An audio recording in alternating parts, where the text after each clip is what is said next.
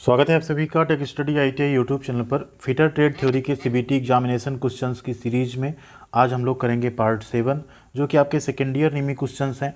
इसके पहले के अगर आपने 6 पार्ट्स नहीं देखे हैं तो उन्हें आप ज़रूर देख लीजिएगा। हर एक पार्ट में हमने क्वेश्चंस को अच्छे से एक्सप्लेन किया है, जिससे एक ही क्वेश्चन के साथ आपको बहुत सारे आपके डाउट्स एंड बहुत सारा नॉलेज आपको मिल जाया करेगा। आज यहाँ पे हम लोग क्वेश्चन करेंगे पार्ट 7 में एंड एक एक क्वेश्चन को फिर से अच्छे से एक्सप्लेन करेंगे। उसके पहले आपसे रिक्वेस्ट करेंगे, चैनल पर नए तो प्लीज़ सब्सक्राइब करके बेल आइकन को हिट कर लीजिएगा। साथ में वीडियो को लाइक भी कीजिएगा। आप लोग लाइक बटन प्रेस नहीं करते हैं, क्यों पता नहीं, बट अगर लाइक करेंगे तो शायद वीडियो और आगे तक जा पाएगी, सभी तक पहुंच पाएगी। एंड साथ में हमारे साथ आप टेलीग्राम पे भी जुड़ सकते हैं। वहां अगर आप जुड़ जाएंगे तो वहां पे भी आपको जॉब की, अप्रेंटिसशिप की अपडेट के साथ साथ पढ़ाई की वीडियोज़ की अपडेट और PDF वगैरह वहाँ पर भी मिलते रहेंगे। स्टार्ट करते हैं क्वेश्चन। 6 पार्ट में हम लोग 150 क्वेश्चन तक कर चुके हैं। आज ये क्वेश्चन 151 से करेंगे एंड पार्ट 7 का ये पहला क्वेश्चन होगा। इसके अलावा लास्ट में एक क्वेश्चन हमने आपके लिए रखा है जो कि बोनस क्वेश्चन है। प्रीवियस पार्ट से कहीं से भी हम एक क्वेश्चन आपके लिए रखते हैं, उसका आंसर आपको कमेंट बॉक्स में करना है। जिसका भी आंसर सही होगा उस पर हम लाइक और रिप्लाई भी जरूर करेंगे। तो यहाँ पे पहला क्वेश्चन है, which lapping vehicle is used for lapping copper and its alloys. तांबा और इसकी मिश्र धातु के लिए किस लैपिंग व्हीकल का उपयोग किया जाता है। कल जो 150वां क्वेश्चन था उसमें भी हमने आपको बताया था। लैपिंग व्हीकल का मतलब ऐसी कोई गाड़ी से नहीं है। लैपिंग व्हीकल एक तरह का आपका कह सकते हैं लिक्विड कटिंग फ्लूइड होता है, जो कि लुब्रिकेंट्स का भी काम करता है। साथ में एक फ्लूइड होता है जो कि जो लैप होता है उसे कैरी भी करता है अपने साथ एंड लैपिंग आपकी प्रॉपर हो पाती है। क्योंकि जब आप लैपिंग करते हैं तो सरफेस पे एक लुब्रिकेशन एंड कूलेंट की भी ज़रूरत होती है, जिससे हीट वगैरह जो है वो डिसिपेट होती रहे, हीट जो है वहाँ से जाती रहे। तो उसके लिए जब तांबा और इसकी, वैसे तो यहाँ जितनी चीज़ें सारी यूज़ की जाती हैं लैपिंग व्हीकल के रूप में, बट जहाँ बात आ जाती है तांबा और इसकी मिश्र धातु की, ठीक है, तांबा या तांबे के साथ कुछ और मिला के उसकी जो मिश्र धातु बनती है उसमें हम लोग यूज़ करते हैं सॉल्युबल ऑयल यानी घुलनशील तेल का। तो राइट आंसर आपका हो जाएगा option number C, soluble oil या घुलनशील तेल। अगला क्वेश्चन है, what the purpose of lapping tool. इस लैपिंग टूल का क्या पर्पज है। जैसे फिगर वाले क्वेश्चन बहुत आते हैं आपके CBT एग्जामिनेशन में, तो लैपिंग टूल का उद्देश्य क्या है। देखिए ये लैपिंग टूल जो आपका बनाया गया, इसमें स्लॉट भी आपको दिख जाएगा, साथ में इसमें अंदर नहीं दिख रहा है, तो यहाँ पे कई बार अंदर आपको जो है ना ऐसे खांचे टाइप के दिखते हैं जो लैप को होल्ड करते हैं। तो ये टूल कैसा है, ऐसा गोल बेलनाकार है। अब इसकी हम कैसी सर यहाँ करेंगे, जो कोई हमारा बेलनाकार जॉब होगा जो इसके अंदर चला जाए एंड फिर हम आप इससे क्या कर सकते हैं, लैपिंग कर सकते हैं इसमें लैपिंग पेस्ट लगा के। यानी बेलनाकार जॉब हो उसी की लैपिंग कर पाएंगे। बेलनाकार जॉब के किसकी, एक्सटर्नल सरफेस की, जो इसमें इंसर्ट हो जाएगी, फिर लैपिंग आपकी अंदर की सतहों से होगी। तो राइट आंसर देख लीजिए कहाँ है, सिलेंड्रिकल सरफेस ठीक है, एक्सटर्नल ठीक है, लैपिंग टूल। यानी ये कैसा लैपिंग टूल है, लैपिंग टूल है जो एक्सटर्नल सिलेंड्रिकल सरफेसेस की, कुछ इस तरह की जो सिलेंड्रिकल सरफेसेस होंगी एक्सटर्नल, उनकी जो है लैपिंग कर पाएगा।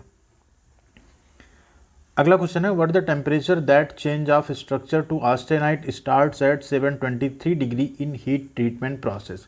एक ऊष्मा उपचार प्रक्रिया में वो तापमान क्या है जो स्ट्रक्चर का जो है ऑस्टेनाइट से 723 डिग्री के बाद जो है बदलता है। तो कल भी बात हुई थी इस टेम्परेचर की। 723 जो होता है आपका, ये आपका लोअर क्रिटिकल टेम्परेचर होता है। सभी धातुओं के लिए सेम होता है, सभी मटेरियल्स के लिए सेम होता है। एंड जो अपर क्रिटिकल टेम्परेचर होता है ये जो है बदलता रहता है, मेल्टिंग टेम्परेचर बदलता, बट जो लोअर क्रिटिकल टेम्परेचर है ये 723 डिग्री सभी के लिए सेम रहता है। एंड यहीं से जो है ऑस्टेनाइट आपका जो स्ट्रक्चर है फिर वो स्टार्ट होता है, जिसमें कार्बन घुलना स्टार्ट होता है एंड फिर पूरी तरह से घुल जाता है। ठीक है, अगला क्वेश्चन यहाँ पे 154 नंबर है, what the process if hot steel is cooled slowly. मतलब जब हॉट स्टील क्या हो, ठंडी की जाए slowly and the old structure is retained and it will have fine grains that makes it easily machined. देखिए यहाँ पे कह रहा है कि वह प्रोसेस क्या होगा अगर हम गर्म स्टील को धीरे धीरे ठंडा करें तो जो उसकी पुरानी संरचना उसको तो बनाए रखें, लेकिन इसके जो ग्रेन्स हैं ना और ज़्यादा बारीक हो जाए, मतलब सुधर जाए वो, एंड इन्हें फिर आसानी से हम मशीनिंग करने योग्य बना सकें। तो इस प्रोसेस को हम लोग कहते हैं अनीलिंग। इसमें ग्रेन स्ट्रक्चर वगैरह बहुत सुधर जाता है एंड आप फिर इस पर कोई भी मशीनिंग प्रोसेस जो है आसानी से कर सकते हैं।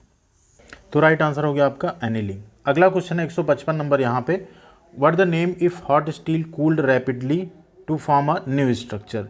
यानी यहाँ कह रहा है कि एक नई संरचना बनाने के लिए तेजी से ठंडा होने वाले गर्म स्टील का नाम क्या है।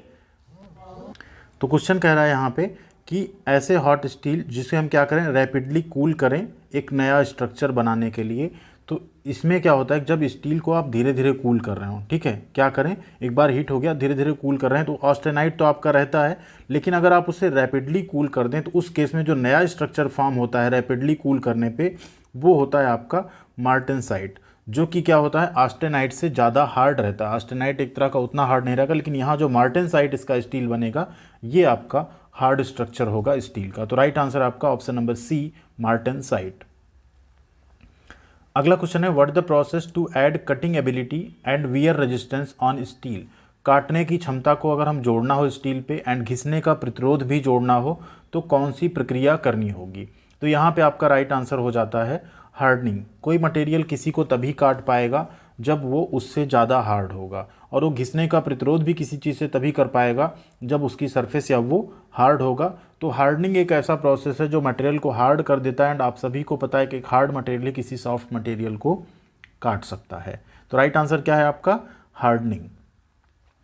नेक्स्ट है क्वेश्चन यहाँ पे, what the heat treatment process to remove extreme brittleness and include toughness and shock resistance in steel. यानी एक एक्सट्रीम जो आपका ब्रिटलनेस है, चरम भंगुरता है, उसको दूर करना हो, और स्टील में टफनेस और शॉक रेजिस्टेंस, मतलब शॉक मीन्स होता है इम्पैक्ट अगर आए तो वो ब्रेक ना हो, उसको भी वो रजिस्ट कर सके, को प्रेरित करने के लिए क्या प्रक्रिया अपनाते हैं। तो इसके लिए हम लोग अपनाते हैं टेम्परिंग प्रोसेस। क्या अपनाते हैं, टेम्परिंग प्रोसेस। अगर आपको किसी की ब्रिटलनेस दूर करनी तो आपको उसे टेम्पर करना होगा, एंड टेम्परिंग प्रोसेस के बारे में आगे थोड़ा सा डिटेल भी होगा, कितने डिग्री के नीचे या कितने डिग्री के ऊपर वो प्रोसेस किया जाता है। जनरली हार्डनिंग के बाद जो है आपका यहाँ एनीलिंग, टेम्परिंग, ये सारे प्रोसेस भी किए जाते हैं। अगला क्वेश्चन है यहाँ पे, what the process of steel being heated to required temperature and held in the same temperature for a period of time. एक स्टील को आवश्यक तापमान तक गर्म करें और उसी तापमान में अगर एक कुछ समय के लिए हम रख दें तो उस प्रक्रिया को क्या कहते हैं। देखिए, इसे हम लोग कहते हैं सोकिंग। जनरली कपड़े होते हैं ना, कई बार आप क्या करते हैं, जो क्लॉथ्स होते हैं उन्हें आप भिगा देते हैं वॉशिंग पाउडर में, फिर उसी में सोक करके रख देते हैं। ठीक, ऐसा तो नहीं आप पानी बदलते हैं या कुछ करते हैं, सोक करके रख देते हैं फिर आप वॉश करते हैं। तो वैसे ही यहाँ पे स्टील के लिए भी होता है, किसी एक टेम्परेचर तक उसको आपने हीट किया, फिर उसी टेम्परेचर पे उसे रहने दिया, एंड बाद में फिर उसे धीरे धीरे ठंडा कर लिया। तो उस प्रोसेस को जब वही टेम्परेचर आप मेंटेन करके वहाँ पे रहने देते हैं, उसे हम लोग कहते हैं सोकिंग। क्या कहते हैं, सोकिंग। Option number A.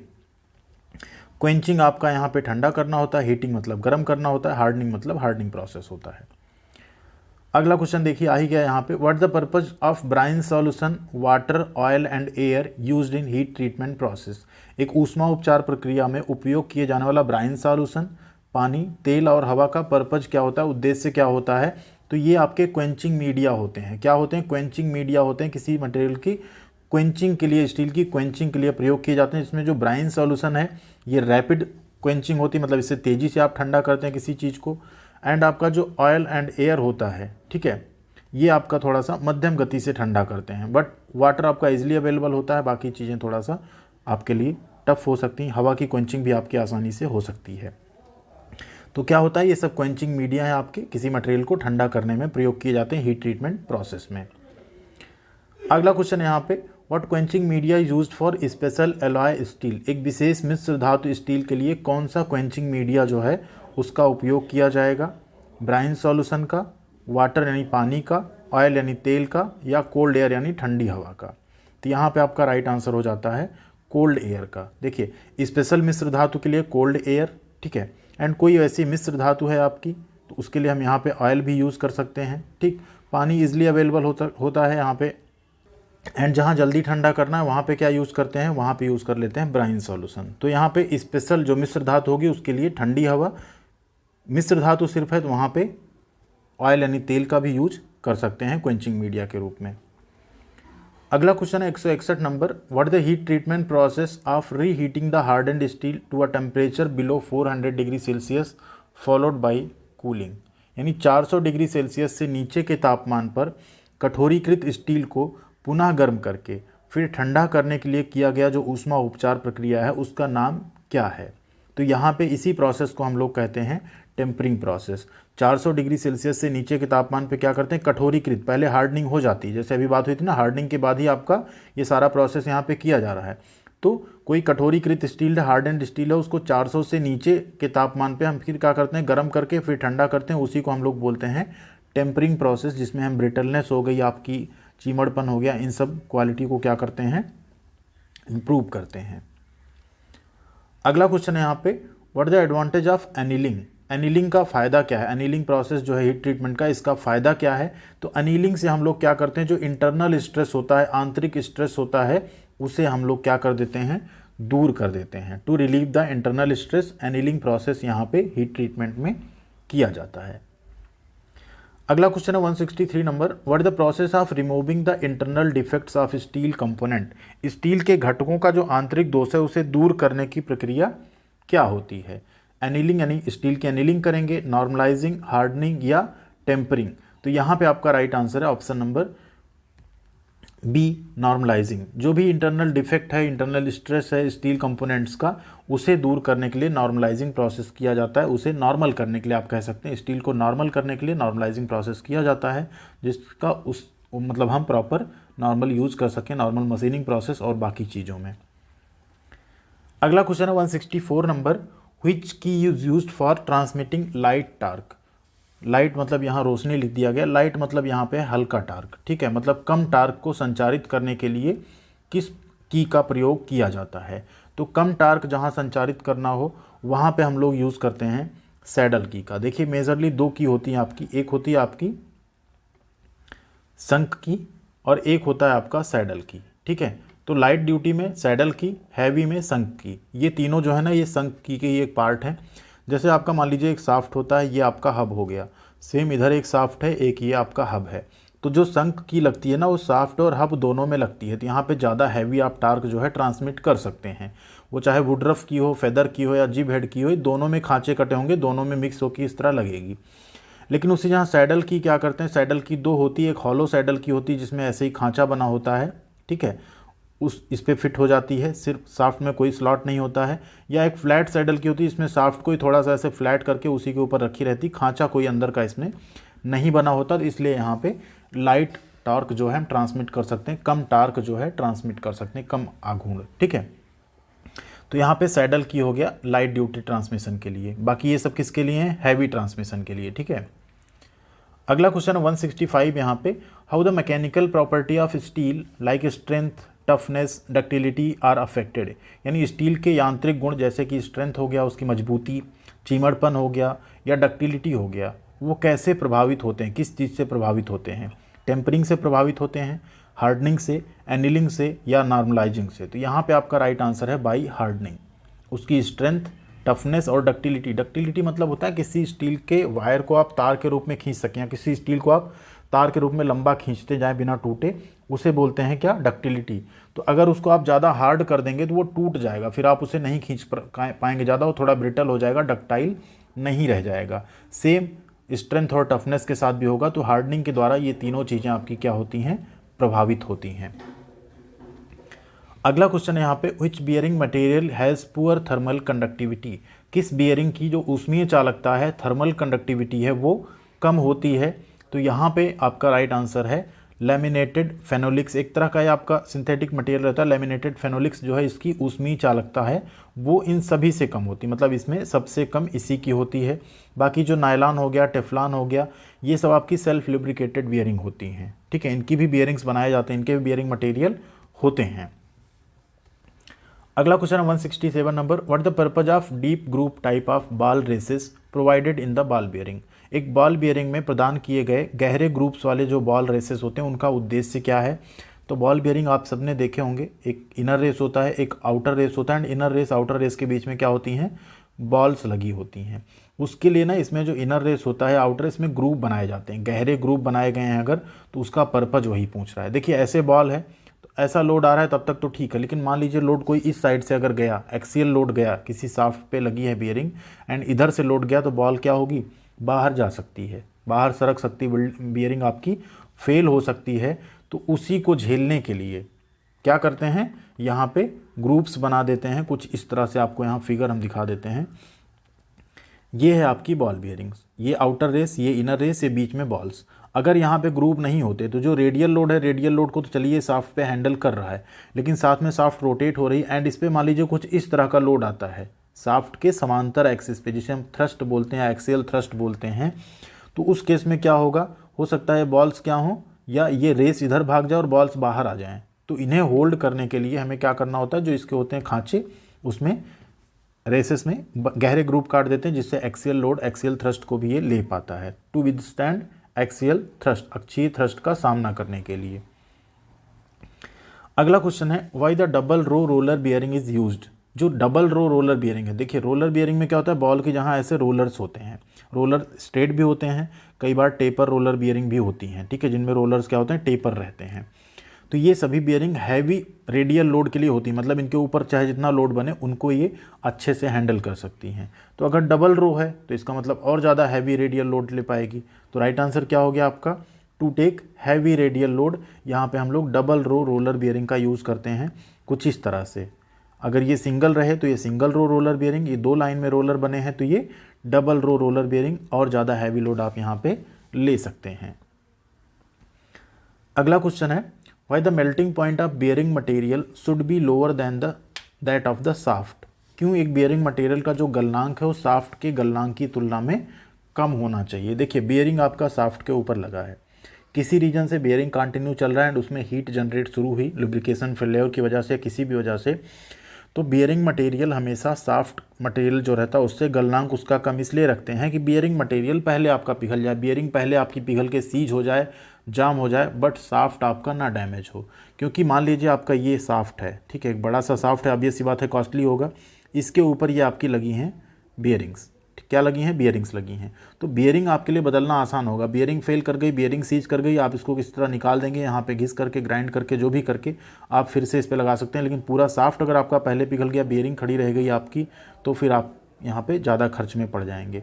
तो इसीलिए उसको बनाते हैं जिससे प्रिवेंट करें हम किसका, साफ्ट सीजर का, साफ्ट सीज होने से बच जाए, बियरिंग मटेरियल पहले आपका गल जाए एंड उसे हम फिर वहाँ पे बदल सकते हैं। अगला क्वेश्चन है, what the name of washer. ये लॉकिंग वाशर है आपका, बट यहाँ ऑप्शन में आपको लॉक वाशर नहीं दिख रहे हैं, तो इस वाशर का आपको नाम बताना है।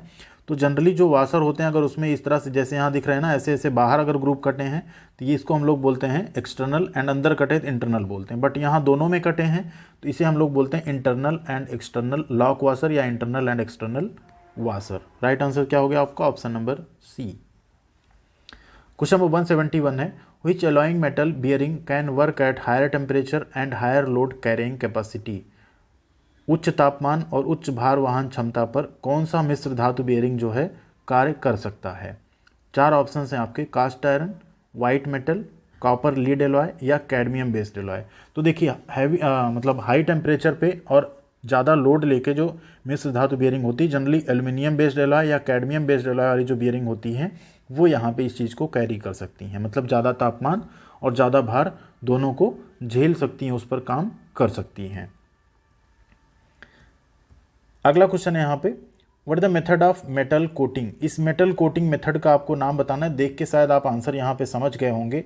ये है आपका इलेक्ट्रोप्लेटिंग। कैसे होता है इलेक्ट्रोप्लेटिंग, तो देखिए इलेक्ट्रोप्लेटिंग में क्या होता है आपका कि 4 चीज़ें बेसिकली होती हैं आपकी।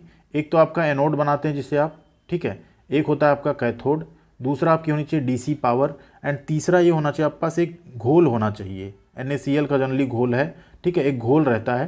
तो इसमें क्या करते हैं कि मान लीजिए ये आपका मटेरियल है जिस पे आपको कोटिंग करनी किसी चीज़ की, ठीक, तो इसे आप बना देते हैं कैथोड, ठीक है।